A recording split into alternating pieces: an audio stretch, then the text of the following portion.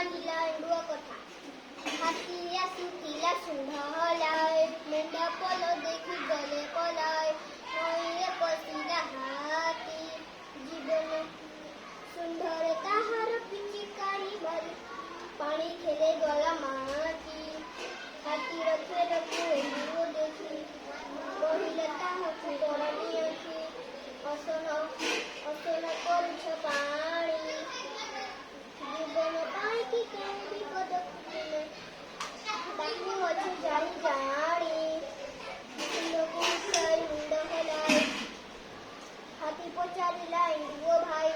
କହିଲ ମୋତେ, ଜୀବନ ପାଇଁ ମୁଁ କେଉଁ ବିପଦକୁ ଡାକି ଆଣୁଅଛି ସତେ।